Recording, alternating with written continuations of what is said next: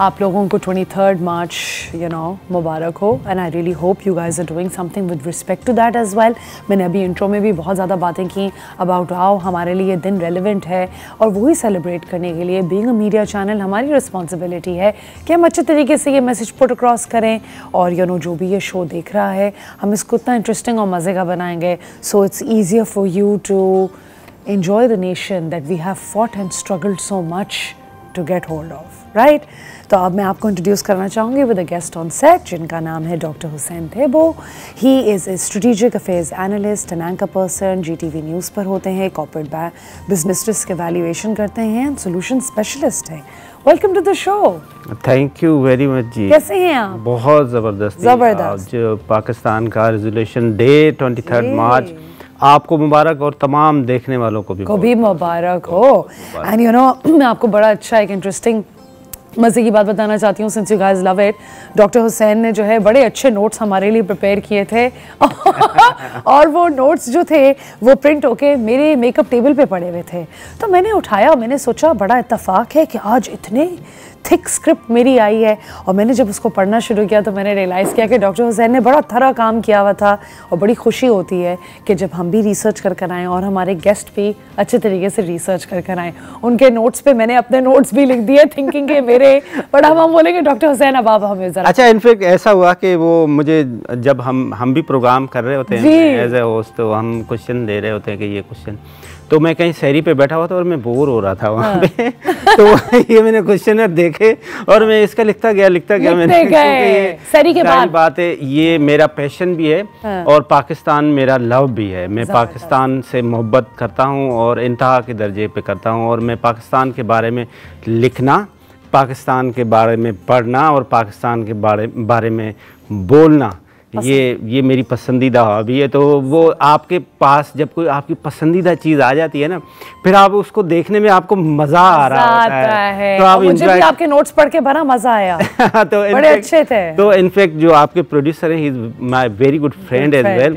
तो उसको मैं लिखता गया फिर मैं उसको भेजता भी गया। अब इसी खुशी में मेरे ख्याल से हम ज़रा लोगों को भी इसी तरीके से मज़े से बताएं। आपकी इतनी अच्छी नॉलेज है and it's good to have a positive influence on the show.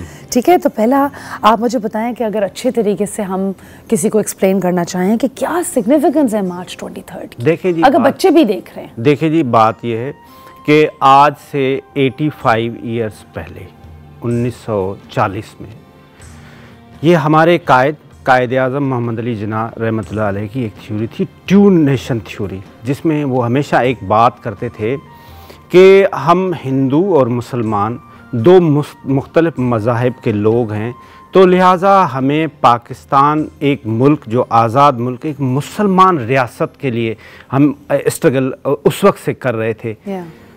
उसमें हुआ ऐसे कि जो 23 मार्च के बेसिकली ये 3 दिन का एक इवेंट था जो मंटो पार्क में हुआ, जिसको हम लाहौर इकबाल पार्क भी कहते हैं, उसको हम लाहौर रेजोल्यूशन कहते हैं बेसिकली। अब हम उसको पाकिस्तान रेजोल्यूशन कहते हैं क्योंकि उस वक्त ये लाहौर रेजोल्यूशन था। उसमें ये तय पाया गया कि ये जो मुसलमान और हिंदू दो अलग एक उनका माइंडसेट है, इनके लिए दो अलग रियासतें होनी चाहिए, एक हिंदू रियासत होनी चाहिए और एक पाकिस्तान रियासत होनी चाहिए। जो अल्हम्दुलिल्लाह ये 23 मार्च 1940 को ये रेजोल्यूशन पास हुई और उसके बाद हमारे कायद आज़म मोहम्मद अली जिन्ना रहमतुल्लाह अलैह और उनके साथ मिलके जो हमारे मुस्लिम लीडर थे बाकी उन्होंने स्ट्रगल की और जिसके बदौलत आज हम जो एक आज़ाद ममलकत में बैठे हुए हैं, वो 1947 14 अगस्त को हम ये आज़ाद हुए। ये अगर आज़ादी की आपको मतलब किसी से पता करना है कि ये आज़ादी कितनी इम्पोर्टेंस है, तो वो ये उन लोगों से पूछें जो आज कश्मीर में बैठे हुए हैं, वो ये उन लोगों से पूछें जो आज फ़लस्तीन में हमारे मुसलमान भाई जिस तरह से जुल्म सह रहे हैं। तो आज हम आज़ाद हैं अल्हम्दुलिल्लाह और हम एक ज़िंदा कौम है। मैं समझता हूँ ये लोग जो होप खो बैठते हैं ना, मुझे उससे बड़ा मैं तो हमेशा बड़ा पॉजिटिव एंड प्रोएक्टिव। ये 25 करोड़ लोगों का मुल्क है। उस वक्त ये जब रेजोल्यूशन पास हुई और जब पाकिस्तान आज़ाद हुआ, ये दुनिया का सबसे बड़ा इस्लामी मुल्क था, बिकॉज अगर आप ईस्ट एंड पाकिस्तान को भी ले लें तो अभी भी अगर आज के हम इस डेट में बैठे हुए हैं तो हमें बड़ा होपफुल होना चाहिए। हमारी जो 65% यूथ है बड़ी एनर्जेटिक यूथ है, हमें उसकी थोड़ी सी ये ज़रूरत इस बात की है कि हमें उसकी डायरेक्शन ठीक करनी पड़ेगी। इसी यूथ को हम पॉजिटिव यूज़ करें, जिस तरह से बाकी ममालिक ने, आपने देखा इस तरह से चाइना ने अपनी पॉपुलेशन को पॉजिटिव यूज़ किया और कितना एज ए नेशन कितना अपने ऊपर काम भी करते हैं, एज ए नेशन किस तरह अपने काम करता। असल वो दूसरी बात ये है कि हमें ख़ास तौर पे जो हमारे नौजवान हैं उनको ये ज़रूरत इस बात की है कि पाकिस्तान है तो हम सब हैं, और पाकिस्तान के अगर इंस्टीट्यूशन मजबूत हैं तो हम सब मजबूत हैं। अब इंस्टीट्यूशन में हमारे सारे इंस्टीट्यूशन हैं, उसमें हमारा पुलिस है, हमारा रेंजर्स है, हमारा सबसे बड़ा हमारा पाक आर्मी है जिसकी हमें डिफेंस मजबूत है, उसके बाद हमारा मेडिकल सिस्टम है, उसके बाद हमारा एजुकेशन सिस्टम है। कायद ने कहा था ना कि education is the matter of life and death of the nation. तो हम आज डिस्कस कर रहे हैं doctor Hussain say about the significance of Pakistan day, जो कि मार्च 23 को होता है। And doctor Hussain and I were actually having a great conversation before he went, और हम यही डिस्कस कर रहे थे कि ये जो लाहौर रेजोल्यूशन 1940 की थी, ये पाकिस्तान की आइडेंटिटी पे भी इफ़ेक्ट करता है, पाकिस्तान के लोगों की आइडेंटिटी पे भी करता है। एंड डॉक्टर हुसैन आप ट्रैवल भी बहुत करते हैं और आप बाहर भी लोगों का जब माइंडसेट देखते हैं, जो पाकिस्तानी लोग बाहर भी रहते हैं, आपको क्या लगता है हमारा किस किस्म का माइंडसेट है आफ्टर दिस? क्या हम वो मेंटेन कर पाए पॉजिटिविटी? देखिए जी, बात ये ना कि इसका सबसे पहले तो हम मकसद समझते हैं ना। कायदे आज़म मोहम्मद अली जिन्ना रहमतुल्लाह अलैह का ये मकसद था कि ये जो मुसलमान हैं हम एक आज़ाद और इंडिपेंडेंट सांस ले सकें। तो जो अपोजिशन पार्टी थी, जो हिंदू थे, हिंदू हमारे भाई हैं, हमारे दोस्त हैं सारे, हम किसी मज़हब सारे अच्छे होते हैं। और कायदे आज़म ने जो अपनी 11 अगस्त की स्पीच में भी कहा था कि ये पाकिस्तान सब के लिए है, यहाँ पे उतना ही जितना हमारे मुसलमानों के लिए है उतना ही हमारे बाकी कम्युनिटी, मैं तो उनको माइनॉरिटीज़ भी नहीं कहता हूँ, मैं कहता हूँ वो बाकी जो मज़ाहिब के लोग हैं, वो हम कौन होते हैं कि हम उनको कहें कि वो माइनॉरिटी। देखिए, अब तो एक थ्योरी क्या थी, इसका मकसद क्या था कि मुसलमान एक आज़ाद, एक उनकी एक सोच है, वो अपने हिसाब से जिए, जो हम आज के दिन में उसको लेके आएंगे। तो वहाँ पे जो हिंदू आइडियोलॉजी थी, उसकी जो आरएसएस की थ्योरी थी, वो ये थी कि अगर हिंदुस्तान को तोड़ने का मतलब ये है कि गाय माता के 2 टुकड़े करना है। तो कायदे आज़म, एक बच्चा खड़ा हुआ, कायदे आज़म बेहतरीन स्पीकर थे, वो स्पीच देते थे, तो एक नौजवान खड़ा हुआ, उसने कहा कि आप ये क्या हिंदुस्तान में जो है वो कर रहे हैं कि 2 नेशन, हिंदुस्तान को आप तोड़ने की बात कर रहे हैं।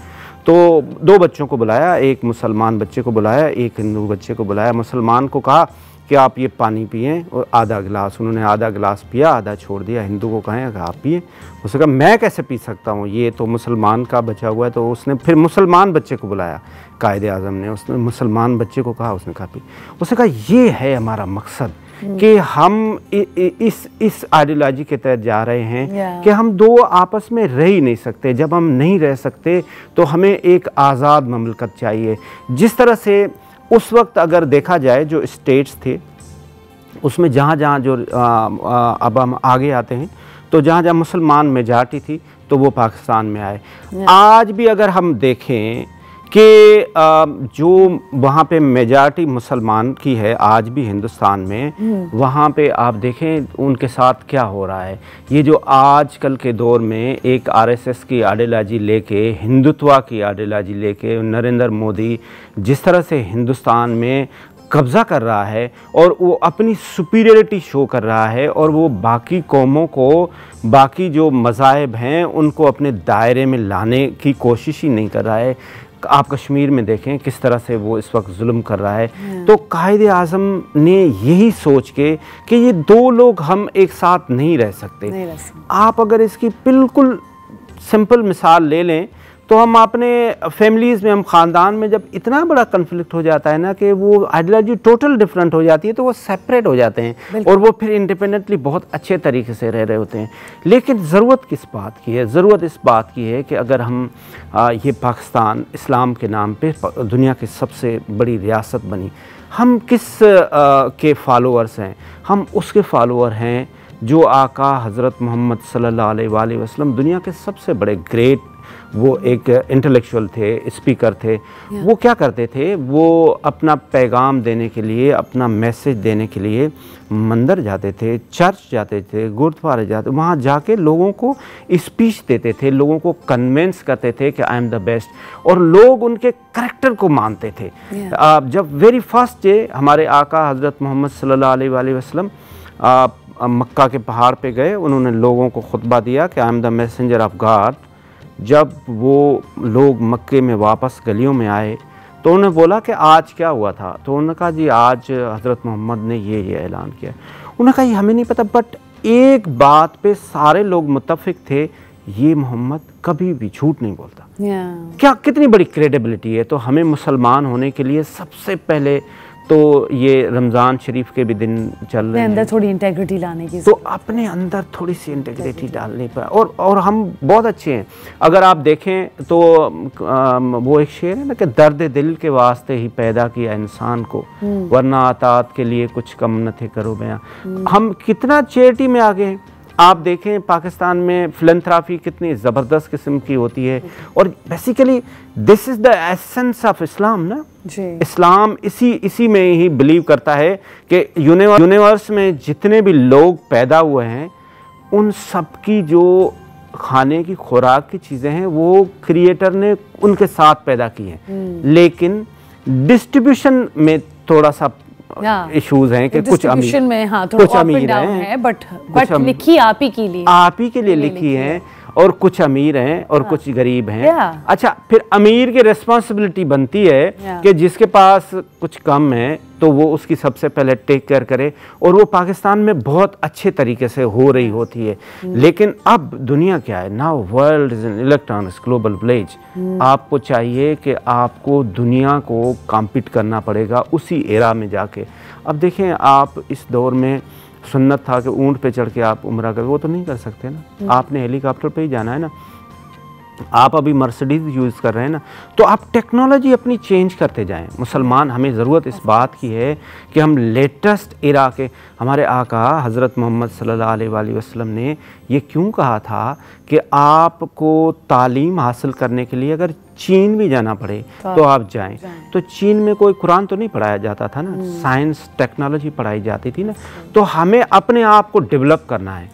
हम चीन is a good example right now as well, जिस तरीके से वो अपने आपको रीबिल्ड कर रहे हैं। एक छोटी सी एग्जांपल ही आप देख लें, वो कितनी परवाह करते हैं कि क्लाइमेट चेंज की वजह से उन्हें अंडरग्राउंड फैक्ट्रीज बनाई हुई हैं कि वो अपने एनवायरनमेंट को पोल्यूट ना करें। क्या इस तरह की रिस्पॉन्सिबिलिटी हम पाकिस्तान में कभी देख सकेंगे? देखें, अभी मैं 2 दिन पहले हिज एक्सीलेंसी जो काउंसिल जनरल है यहाँ पे, उन्होंने मुझे अफ्तार पे इनवाइट किया था, वेरी काइंड ऑफ। तो वो यही बात हो रही थी कि चाइना की जो सक्सेस का सबसे बड़ा मैं समझता हूँ कि उनका जो टूल है ना, वो स्पेशल इकोनॉमिक जोन बनाया उन्होंने जी, बिल्कुल, चाइना के अंदर। अच्छा, फिर चाइना के अंदर मैंने उनसे कहा कि आपके सक्सेस के 2-3 रीज़न है ना। एक तो लीडरशिप का, कंस्टेंट लीडरशिप।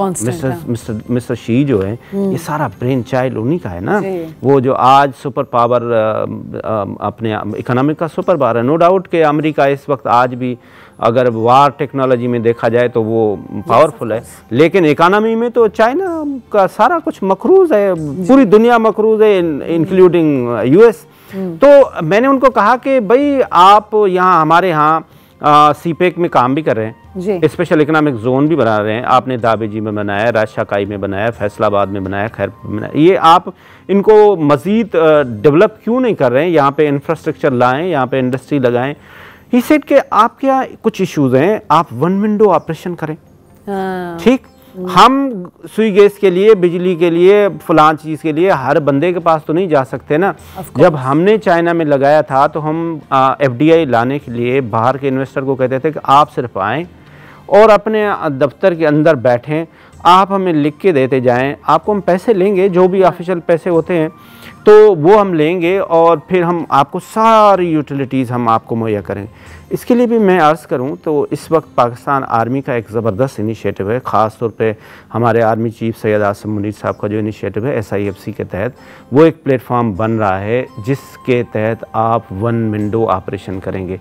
SIFC में अभी तो एग्रीकल्चर में हो रहा है, आगे चल के आपको ये इंडस्ट्री में आएगा। ख़ास तौर पे मैं अभी हालिया एक प्रेजेंटेशन में गया तो वो ब्लू इकानमी पे बहुत अच्छा काम कर रहे हैं। इनफैक्ट ज़मीन एक हिस्सा है, 3 हिस्सा समंदर है, बट उसमें बताया ये गया कि एक हिस्सा रिसोर्सेज ज़मीन पे है, 3 हिस्सा रिसोर्सेज समंदर में, पानी में, उनको कैसे एक्सप्लोर करें। हमारे इतनी ज़बरदस्त पोटेंशियल है उसका, तो वो SIFC के तहत वो काम हो रहा है। हमें किसी न किसी को, जब आप पढ़ते भी हैं, जब आप किसी को एक आइडियल बनाते हैं ना, आप एक्टिंग भी करते हैं तो आप किसी को आइडियल बनाते हैं, आप क्रिकेट भी खेलते हैं तो आप कहते हैं भाई मैंने शायद अफरीदी। हमने इकोनॉमी का मॉडल के लिए किसी न किसी को एक आइडियल एग्जाम्पल लेना होगा। वो उससे चाइना से बेस्ट एग्जाम्पल हो ही नहीं सकता। हम आज डिस्कस कर रहे हैं पाकिस्तान डे और किस तरीके से ये एक सेलिब्रेशन ऑफ यूनिटी, फ्रीडम और लेगेसी है। एंड डॉक्टर हुसैन थेबो हमारे साथ हैं और बहुत अच्छी गुफ्तगू कर रहे हैं और बहुत अच्छे तरीके से हमें एक्सप्लेन कर रहे हैं। तो डॉक्टर थेबो, आप मुझे एक बात बताओ, हम लोग किस तरीके से रिफ्लेक्ट कर सकते हैं द स्पिरिट ऑफ यूनिटी आज मॉडर्न डे के अंदर भी? हम किस तरह एक का दिखा सकते हैं? देखिए जी, बात ये ना कि अगर हम चाहें तो हम एक क्रिकेट की मैच होता है, हम सारे पाकिस्तानी होते हैं, सारे पाकिस्तानी होते हैं, हाँ जी, और सारे पाकिस्तान के लिए ही हम एक जज्बा होता है। हमें ज़रूरत इस बात की है कि ये जो हमने अपनी छोटे छोटे मस्जिद बनाए हुए हैं, ये इनको हमें एक सिर्फ पाकिस्तान के लिए कुछ करना होगा। देखें, अगर पाकिस्तान है तो हम सब हैं, और पाकिस्तान का इतना बड़ा पोटेंशियल है। पाकिस्तान एक 25 करोड़ लोगों का मुल्क है। इसकी अगर आप देखें, सबसे पहले तो आपको इकोनॉमिकली स्टेबल होना पड़ेगा ना। इकोनॉमी स्टेबिलिटी ही आपकी यूनिटी लाएगी। तो उसके लिए आपको मेहनत करनी होगी, आपको नए एवेन्यू एक्सप्लोर करने होंगे। आपके जो रिसोर्सेज हैं, आप उनके लोगों के, देखिए रियासत माँ होती है, वो अपने लोगों को किस तरह से फैसिलिटेट करती है और लोग फिर उसमें अब सबसे पहले अपने आप को इकोनॉमिकली स्टेबल करेंगे, उसके बाद ये यूनिटी क्रिएट होगी। और हमें जब तक ये हम मियाँ दे नारे बजणगे और अक्ल आएगा फलाना और भुट्टो ये ज़िंदा था और ये, हम इस नारों से हम बाहर आएँ। हमारी कौम को चाहिए कि हम पाकिस्तान के लिए सोचें। सब अगर आप अपने लिए नहीं करेंगे ना, जब तक आप सोचेंगे कि मैं अपने आप को स्टेबल करूं, मैं रादर देन कि मैं दूसरे लोगों के पीछे लगा रहूं, अपने आप को स्टेबल करने के लिए क्या है। आजकल हमारे नौजवान जिस तरह से ये सोशल मीडिया के ऐप्स यूज़ कर रहे हैं, मैं मना नहीं कर रहा हूँ, वो कौन सा माना होंगे वो ये तो बात ये है कि उसको पॉजिटिव यूज़ भी कर सकते हैं ना। छोटे छोटे बच्चे हैं, आप यूरोप में जाएं, वहाँ पे वो मैं अभी मिलान में गया, एक मुझे बच्चा मिला पाकिस्तानी। मैंने कहा आप क्या कर रहे हैं? उसने कहा मेरा एक छोटा सा कमरा है, मैं यहाँ पे सॉफ्टवेयर बना रहा होता हूँ। अच्छा। और वो पाकिस्तानी 30 से 25 लाख रुपया महीने का कमा रहा होता है। वो सिर्फ और सिर्फ IT एक्सपर्ट है। हमारे लोगों के अंदर इतनी ज़बरदस्त एनर्जी है, आप इनको कोई भी काम दे दें वो काम कर लेते हैं अपनी कोशिश करके। लेकिन ज़रूरत इस बात की है कि हम उनको प्रॉपर यूज़ करें, हम उनको IT के एवेन्यूज़ दें। हमारे इस वक्त जो IT एक्सपोर्ट है वो कोई 3 से 4 बिलियन है। अच्छा। जो हमारा पोटेंशियल है वो $20 बिलियन का हमारा पोटेंशियल है। हम 1 बिलियन के लिए, हम $2 बिलियन के लिए हम IMF के पास जा रहे होते हैं। तो हमें अपने लोगों को इतना इंडिपेंडेंटली प्रोवाइड किया जाए। और हमें इन लोगों को चाहिए, जो हमारे नेशन है, कि हमें अपने इदारों को मजबूत, मैंने शुरू में भी ये बात कही कि जब तक हम पाकिस्तान की बात करेंगे, हम अपने इंस्टीट्यूशन की बात करेंगे, तब तक हम बेहतरी की तरफ जाएंगे। देखिए, दुनिया में सर्टन लिमिट्स होते हैं ना। अभी आपने हालिया देखा कि बरतानिया, जो मदर ऑफ डेमोक्रेसी है, वहाँ पे फसादात हुए और उन्होंने फसादात को 24/7 365 डेज अभी रिजॉल्व किया, हल किया। हमारे मुल्क में भी ये होना चाहिए। रिट ऑफ स्टेट कायम करने के लिए आपको हार्ड फैसले लेने होंगे। और खुद अगर हम पॉजिटिव फैसला, अगर खुद, ये तो एक इंसान के बारे में भी हम कह सकते हैं ना डॉक्टर थेबो, जब आप खुद मजबूत होते हैं तो कोई आपसे जल्दी से पंगा भी नहीं लेता, कोई फड्डा भी नहीं लेता, क्योंकि आप इट्स सेल्फ स्ट्रॉन्ग है एज एन इंसान। तो एज ए नेशन हमें भी इतना स्ट्रॉन्ग होने की ज़रूरत है कि कोई इतना ज़्यादा नहीं करे।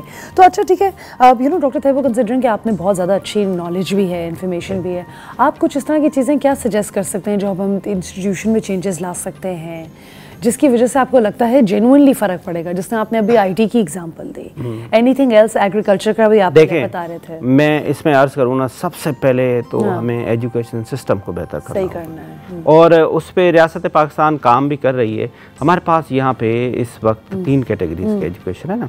सबसे पहले हमारे पास गवर्नमेंट स्कूल्स हैं, उसके बाद हमारे पास प्राइवेट एजुकेशन है, उसके बाद हमारे पास मदरसाज है। देखिए बेस आपका क्या है, बिल्डिंग आप बनाते कैसे हैं? बिल्डिंग बिल्कुल बनाने के लिए तो इमारत की फाउंडेशन स्ट्रांग होनी चाहिए। तो एजुकेशन है ना, जब तक आप प्रॉपर एजुकेशन, फिर आप जब बच्चे को आप मैट्रिकुलेशन और आप इंटरमीडिएट कराते हैं, फिर बच्चे, एक बच्चा ए लेवल ओ लेवल में चला जाता है, एक बच्चा मदरसे से आ रहा होता है, आजकल आपने वो मदरसे को भी एफिलिएट कर दिया है। तो ये बड़ा कॉम्प्लिकेटेड सा सिस्टम आ गया। सबसे पहले मैं इस पे बहुत बोलता भी रहता हूँ, मैंने इसके ऊपर बहुत सेमिनार भी अटेंड किया है, कि आपको यूनिटी किस तरह आएगी जब खुद ही सिस्टम ही इतना अनयूनिफाइड है। आप ये बोलना चाह रहे हैं? देखें, मैं ये अर्ज करना चाह रहा हूँ, बस मैं थोड़ा सा छुपा के बात कर रहा हूँ। आप उसको प्लीज थोड़ा सेट करें, एजुकेशन सिस्टम को बेहतर बनाएं, कि जब तक आप देखें मदरसा बहुत अच्छी बात है ना, लेकिन उसका आउटकम क्या है, उसके आउटकम को देखना होगा। उसकी मदरसे की जो आप करिकुलम में सिलेबस है उसको देखना होगा कि वहाँ पे क्या। देखें आप, now world is middle class global village ना। मैं जब मैं पढ़ा था उस वक्त, जब मैं CSS की तैयारी कर रहा था, उस वक्त स्टेनोग्राफर होते थे। हाँ जी, वो टाइपिंग मशीन, वो किधर टाइपराइटर्स होते थे, वो हम उस पर लिख रहे होते थे। ठीक जी, अब वो नहीं है ना। अब तो चैट जीपीटी आएगा, उसको वॉइस कर दें, वो आपको पूरा का पूरा लिख के दे देता है, बता के दे देता है। दुनिया डे बाय डे चेंज होती जा रही है, इम्प्रूव हो रही है। दूसरी बात, हम नहीं हो रहे ना, ये थोड़ा सा है। लेकिन आज अच्छी अच्छी बातें करनी है हमने तेज। मैंने आपको बोला था कमर्शियल ब्रेक में कि हम नुक्स निकालेंगे, मगर हम ये भी बताएंगे हम उनको सही कैसे, हाँ सही कैसे करें। लेकिन एजुकेशन तो मस्त है ना जी। देखें एजुकेशन ये बहुत इंपॉर्टेंट है, रियासत पाकिस्तान को चाहिए कि इसको प्रायोरिटाइज करें ना, क्योंकि आपका बच्चा जब यहाँ से पढ़ के ग्लोबल विलेज में जाए ना, तो उसकी वो जो एजुकेशन की सनद है उसकी वैलिडिटी हो ना, वो उसको कंपेयर करे, वो ऑक्सफोर्ड में भी खड़ा हो जाए और वो लम्स की डिग्री ले जाए तो उसको वैल्यू मिले ना, वैल्यू मिले। बिल्कुल। तो